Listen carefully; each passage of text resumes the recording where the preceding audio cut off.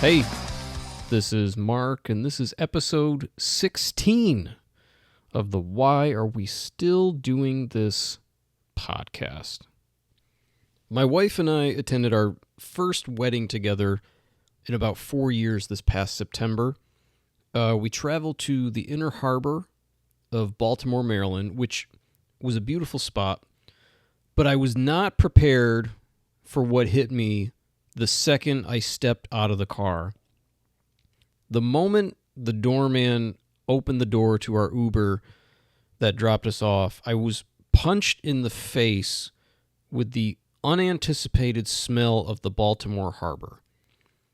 It was like he opened the door and immediately threw a tray of baked haddock that had been left out at room temperature for 3 days into the car.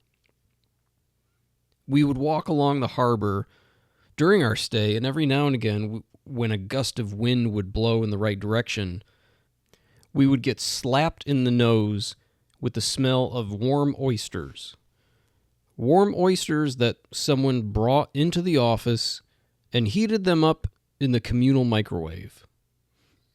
We stayed at the Baltimore Waterfront Marriott, and it was a much-needed getaway for my wife and I. It's not often we get this much time together, given everything else going on in life. We had some great food, relaxed, we laughed and laughed and laughed the entire trip. This was the first trip in a very, very long time that I forgot a toothbrush.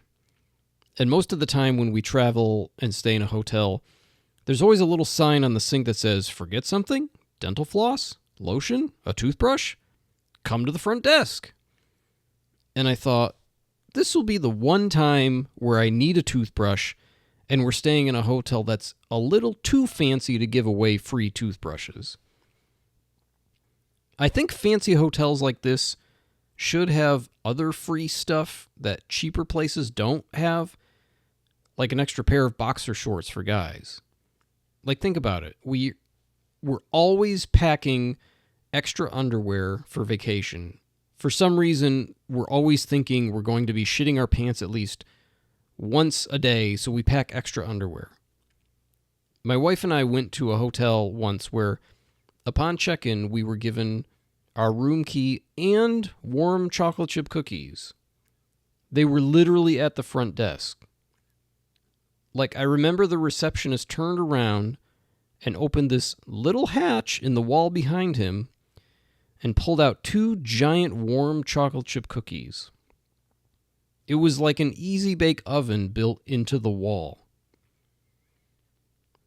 My wife and I have stayed at some really nice hotels in recent years, but also some really dumpy motels from when we were dating.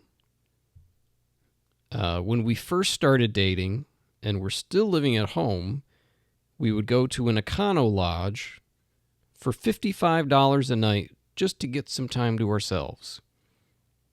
And the place honestly wasn't bad at all.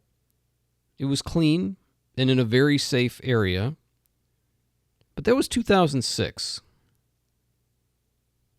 But I also remember stopping somewhere in Virginia on a road trip, some motel in the middle of the night with my wife. That was probably $40 a night because we had a coupon from one of those road attraction magazines they have at rest areas. That was one of those places where we took our luggage in from the car out of fear of the car being broken into. The curtain had a couple burn marks on it, probably from cigarettes, and we couldn't wait to get out of there in the morning. We were more frugal then. If I looked at a place like this now, it would be an easy pass. With kids, I'm definitely steering clear of places we would flock to just to have a night of underage drinking. And I don't know if underage kids do that these days. Like book a hotel room to party in, that is. It's like partying in the woods. I think my generation has retired that activity. I rarely drink, and if I do, it's no more than 2 or 3 drinks at a time. A couple times a month. And with an open bar at this wedding we went to that served these specialty drinks that tasted like straight up juice, but were very boozy, I knew I was in trouble. The wedding was for my wife's cousin, whose family we would visit every Thanksgiving, up until about COVID. And every time we'd go to visit, we would end up drinking much more than we normally would any other day. I remember one year when we visited, getting out of the shower the first morning at 9 a.m., hearing a knock at the door and being greeted by my wife's uncle with a mimosa, hilariously shoving it through the crack in the door. I joked about it leading up to the next year's gathering to the point that we were literally walking up the front steps and was greeted by her uncle again with a Sam Adams stout just for me. Literally hadn't even gotten in the house yet.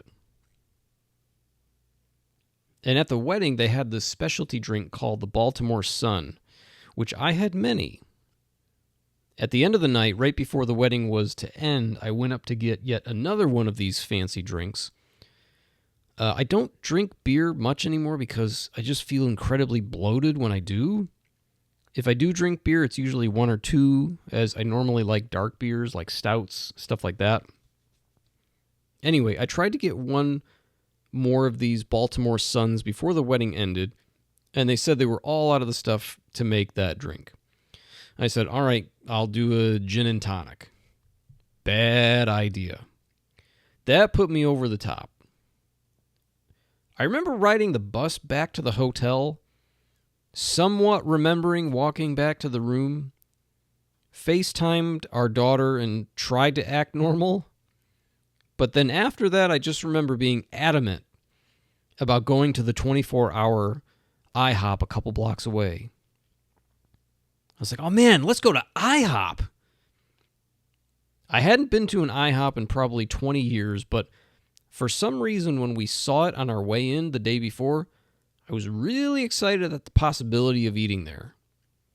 I haven't had a good old greasy spoon / shit your pants kind of breakfast in a long time. Thank God we never went to IHOP that night because I ended up passing out probably 10 minutes after I made that proclamation of my desire to go. I definitely would have ended up face down in a pile of waffles.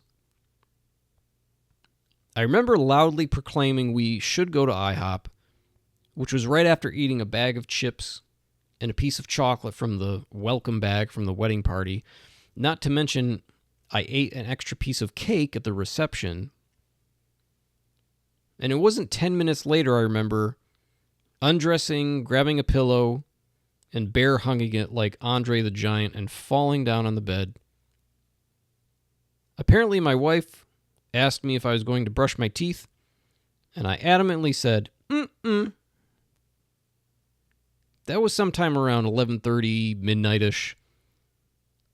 Around 2:30 in the morning, I woke having to use the bathroom.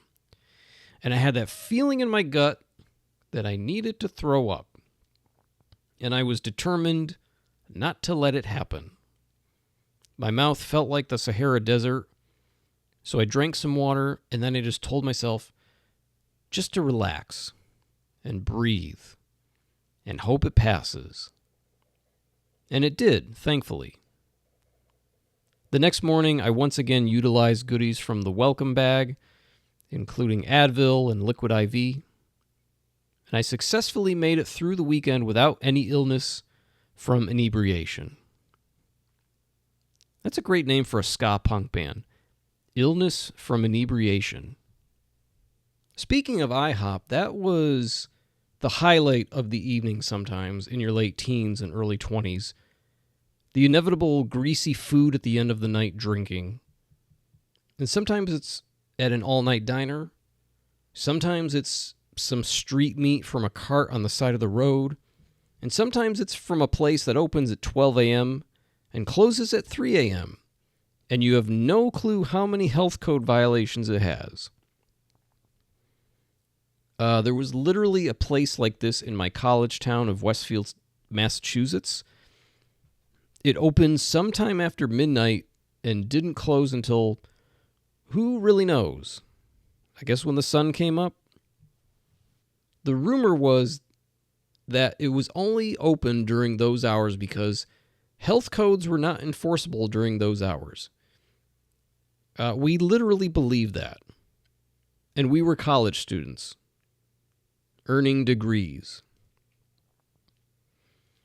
So there was no signage on the building at all, but we all knew it as El Italia. I have no idea where that came from, but that's what everyone on campus called it. And it looked like one of those typical pizza joints that has an encyclopedia for a menu. And it had a light-up sign on the outside that said pizza/grinders. When in reality, it had one item.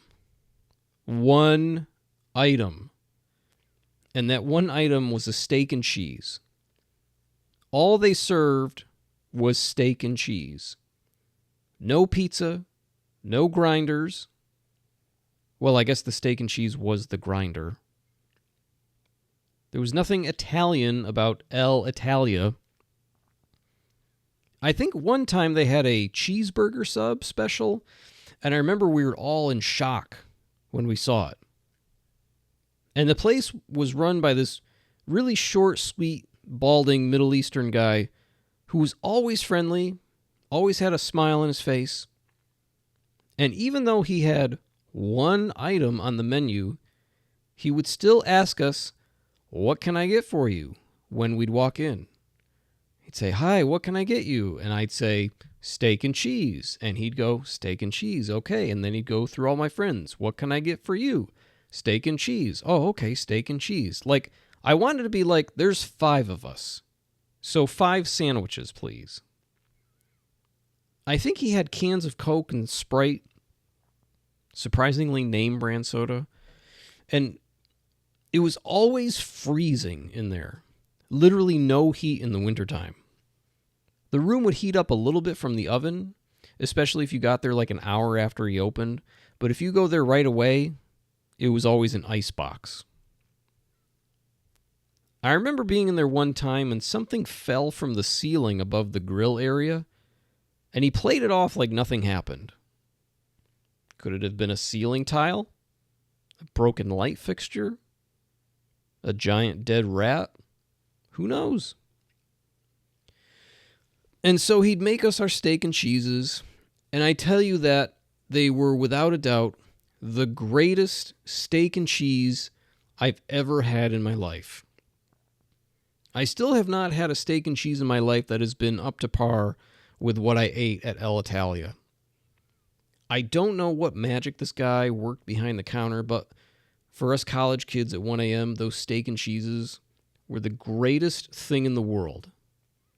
Literally a sub roll, steak, cheese, and mayo. I honestly can't remember if he had peppers and onions or not, but I don't think he did. My guess is there wasn't a sliver of produce in this entire establishment. It's these kind of places I'd love to know where he gets his product from.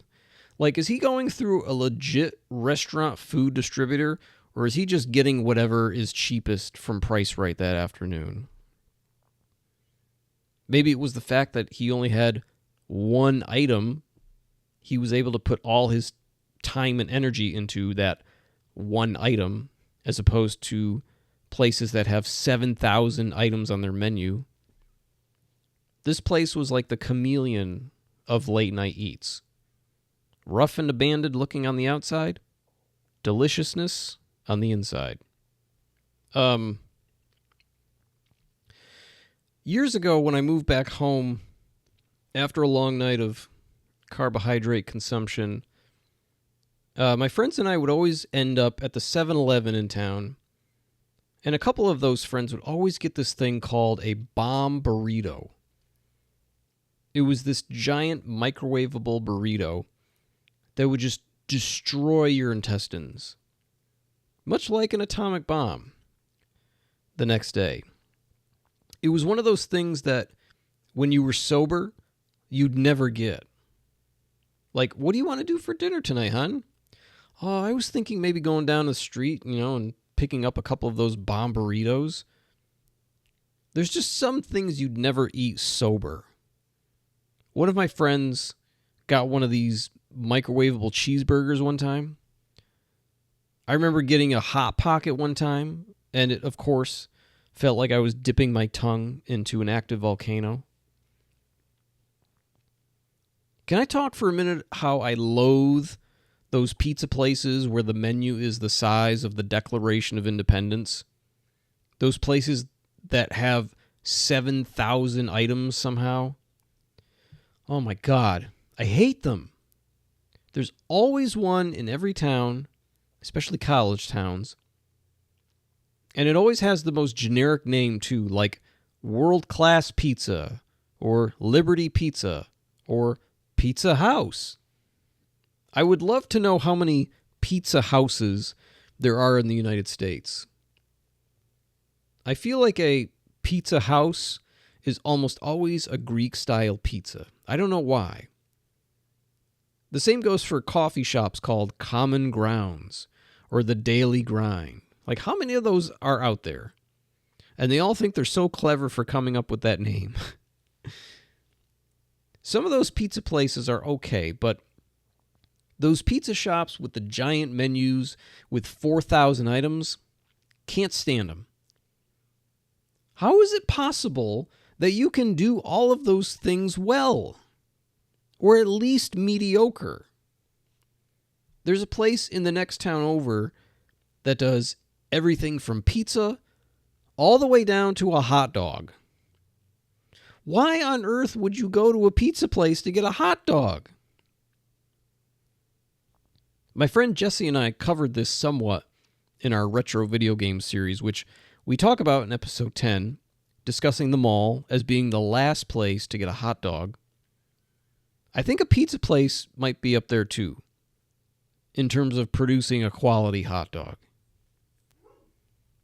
Anyone remember the Pizza Hut pizza that had the hot dog baked into the crust? Who eats that? Who came up with that? Who was eating pizza and a hot dog at the same time and said, "This is the future"? Side note, I'm not a fan of stuffed crust pizza. I ate it once at Pizza Hut in college. I had one slice, and it was so heavy I could feel my heart slowing down. I'm looking at the menu for this place across town, this pizza place, and just some of the menu items I'm seeing. A gorgonzola shrimp salad. Oh. White albacore tuna salad.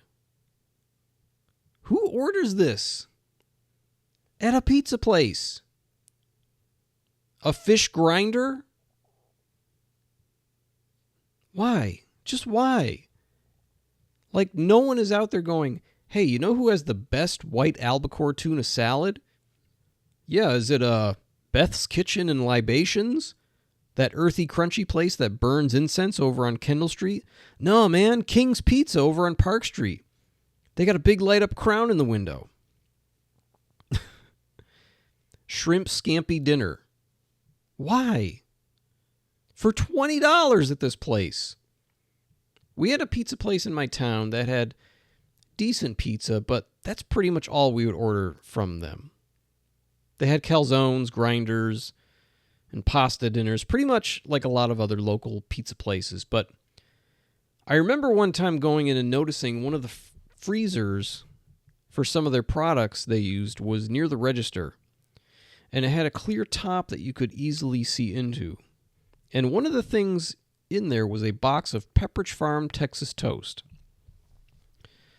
I presume this was the Texas toast that came with the pasta dishes. Now, I know a lot of restaurants similar to this, a lot of their stuff is frozen. But at least hide it from me, you know? Like, make me think that the garlic bread I'm eating was made fresh that morning by Yaya or Bapchi, and not the same garlic bread I could buy at Price Chopper and have at home. Don't pull back the curtain. Like, oh man, that garlic bread from Pizza Palace is dynamite. Yeah, it's actually from Costco. Damn it! I had the worst chicken wings of my life from a pizza place in my area a few years back. Tasted like they were taken right out of a kid cuisine. Again, for some of those pizza places with an encyclopedia for a menu, sometimes you just got to stick with the pizza and not go outside that bubble. Going back to possibly falling asleep in a pile of waffles, in every circle of friends, there is always that one guy who falls asleep first at a sleepover or any big night out. In episode 1, I talked a bit about how it was when we were 14 years old having those infamous boy sleepovers. In episode 1, I talked a bit about how it was when we were 14 years old having those infamous boy sleepovers. And the first person to fall asleep would always succumb to some sort of punishment for simply giving their body rest. I remember being at a friend's house one night, sometime around the age of 14 or 15 years old, and it was a typical evening of late-night video games until 3 or 4 in the morning. One of our friends got hungry, probably around 2 a.m., wandered into the kitchen, rummaged through the freezer, and found a frozen lasagna as the only source of comfort food in the house. He fired up the oven, put the lasagna inside, and went back to the living room while it cooked, and fell asleep. Shortly after, everyone went to sleep, unbeknownst to them that there was a frozen lasagna dying a slow death at 450 degrees. Our friend's mom, with a thick Italian accent, awoke around her usual 7 a.m. wake-up time to find the sweet smell of tomato, basil, and char filling the house. And once she realized where the smell was coming from, she burst into a tirade of obscenities. And no one had any clue what she was saying, though, because it was mostly in Italian. The frozen lasagna looked like Aunt Beru and Uncle Owen from Star Wars A New Hope. Just a charred pile of char that somehow didn't burn down the house. We have one of those, even in our later years, a friend that would always fall asleep early. And I remember him falling asleep, this particular friend, in a late-night eatery before his mountain of food came out one night, or one morning, I should say. He ordered one of those breakfast plates that had literally every breakfast item on the menu, usually something with the word lumberjack or feast in it. The lumberjack meal is always the biggest breakfast on the menu, and it's usually got bacon, sausage, eggs, buttery toast, all that stuff. And I think, man, if lumberjacks really eat this every day, they must be shitting their pants an hour into cutting trees. Anyway, 5 minutes before this lumberjack meal arrived, my friend was face first on the table, snoring away. And this same friend would always fall asleep first, and we would mess with him in so many ways. We once put his entire pack of cigarettes in his head. And when I say his entire head, I mean putting most of them in his mouth and a few in his ears and a couple up his nose. We once lit a candle, a big wax candle, and put it on his head and took a picture while he was passed out. We also did the usual Sharpie to the face, flying elbow drop on him while he passed out, cold cuts on the face, pretty standard stuff. One time, my friends and I tried to go to Denny's after my friend's bachelor party.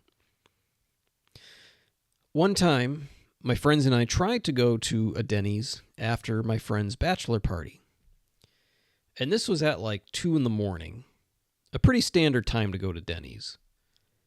We were all fairly inebriated, with the exception of me, as I was driving, and I was the best man in the wedding. So there's 6 of us in my Toyota RAV4, which seats 5. We had one guy in the cargo area just hanging out like the old days of family station wagons. And so we pull up to Denny's. And our friend Mike is passed out already. So we said, we're just going to let him sleep in the car in the parking lot. The four of us go into Denny's, and the restaurant is maybe half full. And it seemed like they were short-staffed with the wait staff. And so a couple of minutes went by before someone acknowledged us. Finally, a woman said, I'll be with you guys in just a minute. And one of my friends, who was one part impatient, 2 parts hangry, said, can we just sit down at a table? And the woman said, I'll be with you guys in just a minute. And it seemed like she had a system and didn't want to screw it up. Maybe. I don't know. But more minutes went by, and it seemed to be taking a while just to get seated. She came over again, and my friend said, can we just, sit down? She said, I will seat you in just a minute, seemingly growing impatient. My friend, even more impatient, said, I don't know why we just can't fucking sit down. And that sealed the deal for us not eating at Denny's.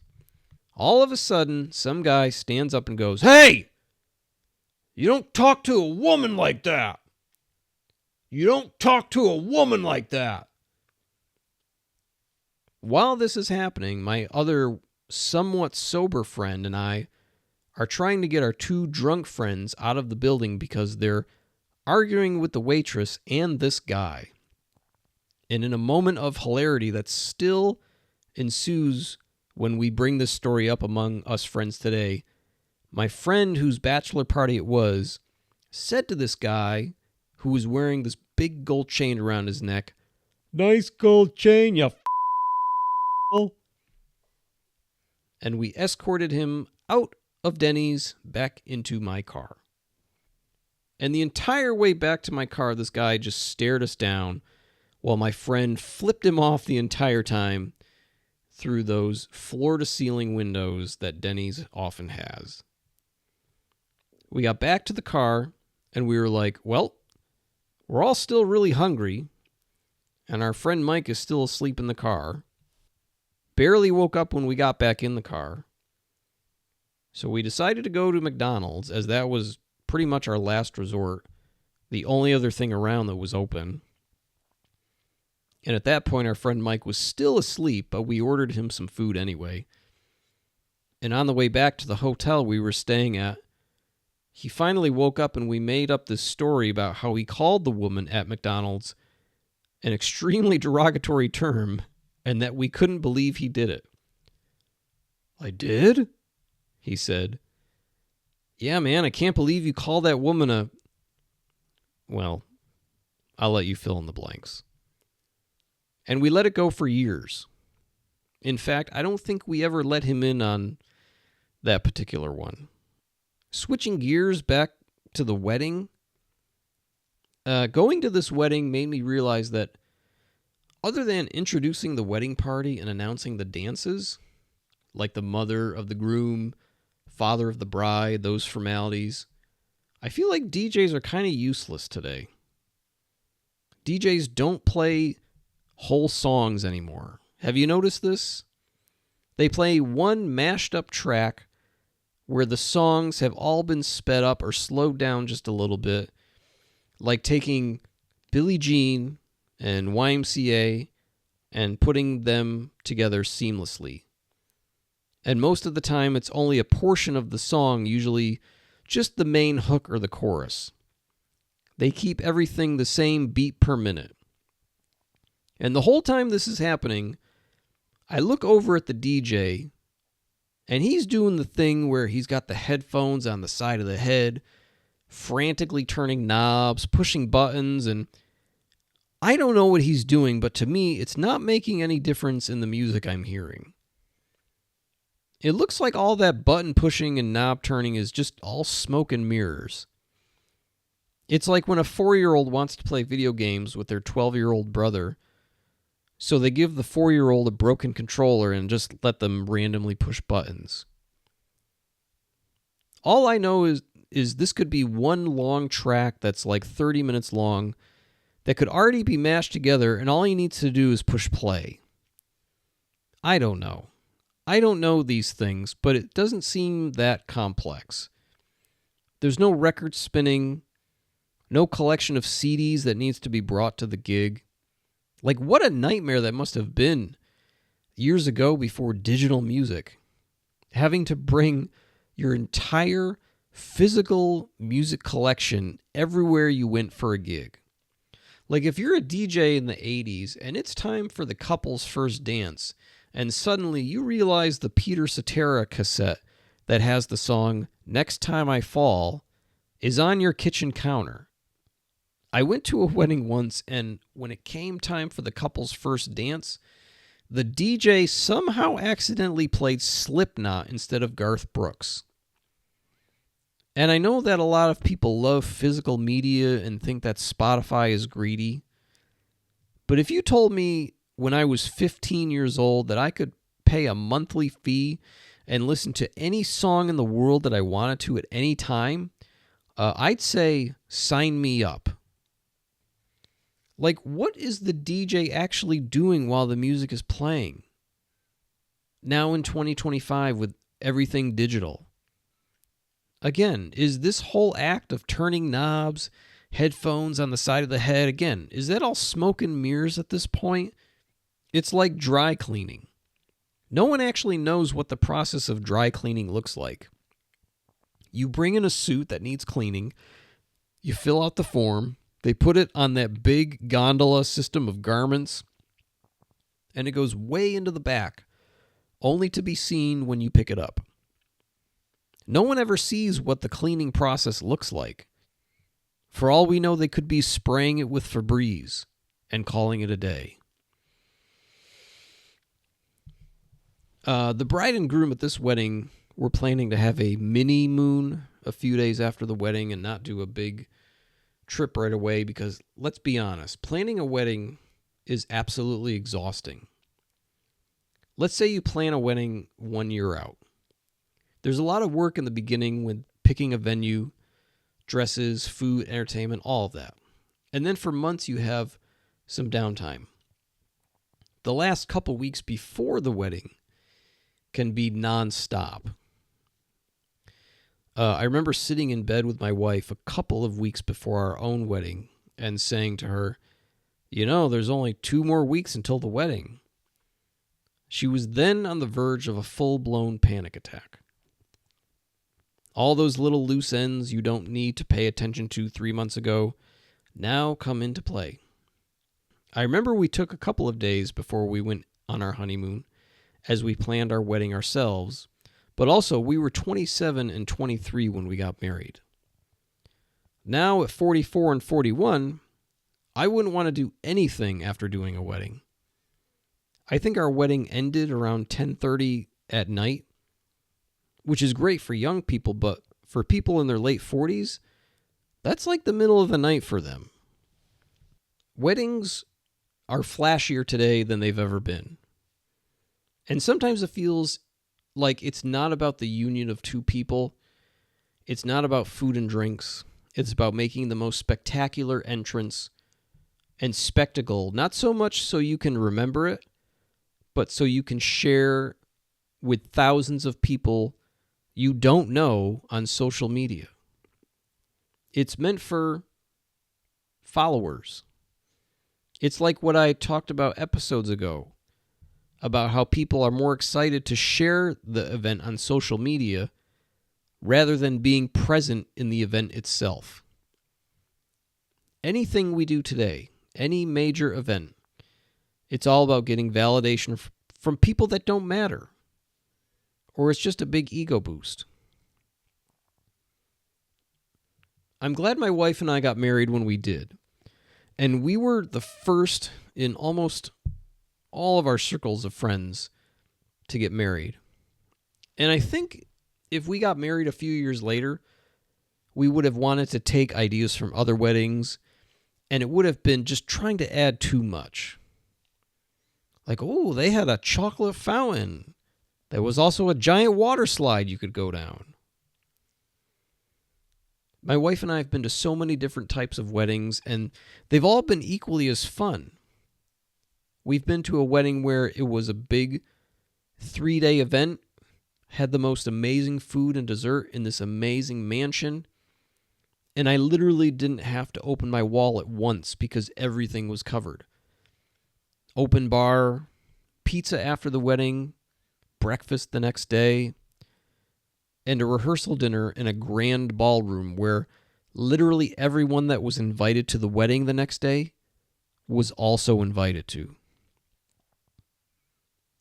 On the other hand, I had a friend who got married in a field on dozens of acres of his family's land, surrounded by pine trees.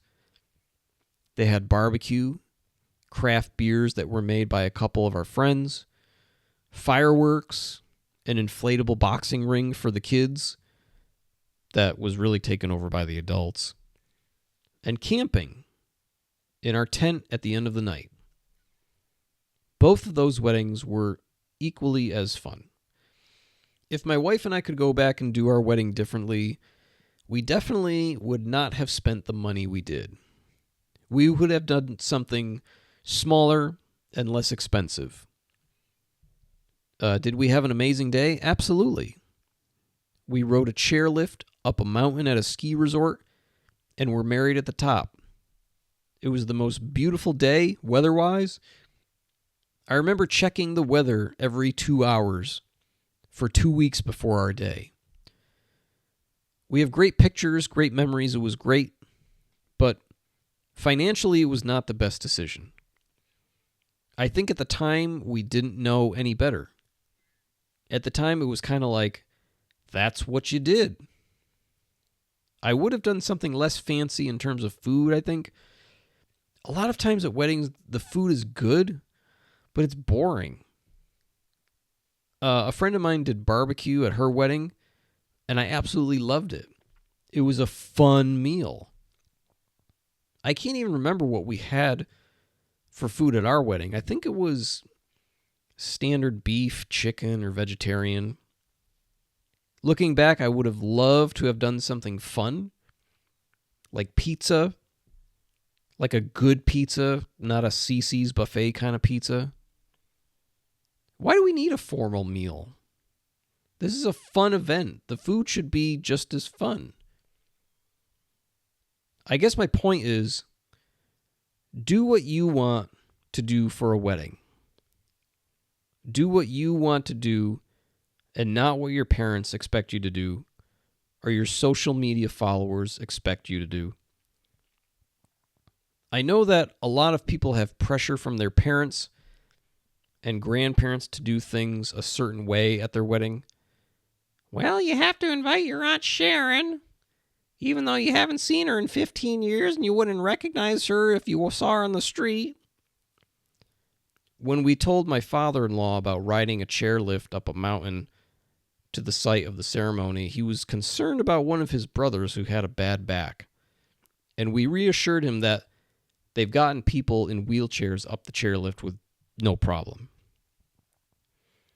I would say if you're going to do photos before the ceremony. We took way too long with photos. 4 million different combinations of people. You know, all right, now I want the mother of the groom, the father of the bride, and the oldest pet of the groom's last ex-girlfriend. Like, we missed pretty much all of the cocktail hour leading up to the dinner because of photos, which, whatever, it was still fun.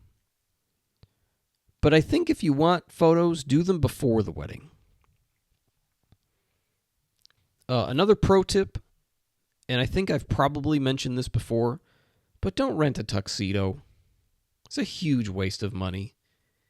If you really want a tuxedo but would love to own the jacket and pants afterwards, just buy a plain black suit from JCPenney, get a tuxedo shirt, if you like that kind of collar, and a bow tie.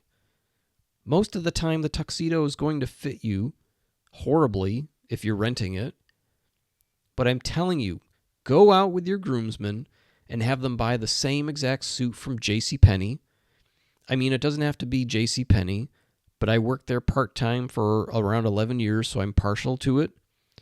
But buy the same suit. That way, after the wedding, everyone's got a brand new suit. Also, you can literally buy a brand new tuxedo from JCPenney for the same price you'd get renting one. But when am I going to wear a tuxedo again? I don't know, but you could probably sell it. Gently used tuxedo and market half price. I don't know. I'm getting way off track here on this rant. But having been married now for almost 18 years, I realized that when I look back at the day of my wedding, I realized that it was one day out of hundreds and hundreds of days I've had on this earth with my wife and my family. It was one day where I don't feel like there was much pressure on me per se, but I think for a lot of people, they put a lot of pressure on themselves to make the day perfect. Not just for themselves, but to ensure others are appeased, like parents, grandparents. There's going to be hiccups. It may rain. I know with my wife and her wedding party, the ski resort we were married at had double booked a room for the girls to get ready in. And while it was an inconvenience, it didn't ruin the day. But in the grand scheme of things, there are so many more days that will be just as if not more exciting in your life. I'm not trying to downplay the wedding day, but having been through it and having an amazing day, there are things we would have done differently, sure. But at the time we were young, and like being 14 years old and having your first boyfriend, that wedding day was the only thing that mattered at that point in time. But it's not the end-all, be-all of days in your life. If your wedding doesn't go as planned, your life is not over.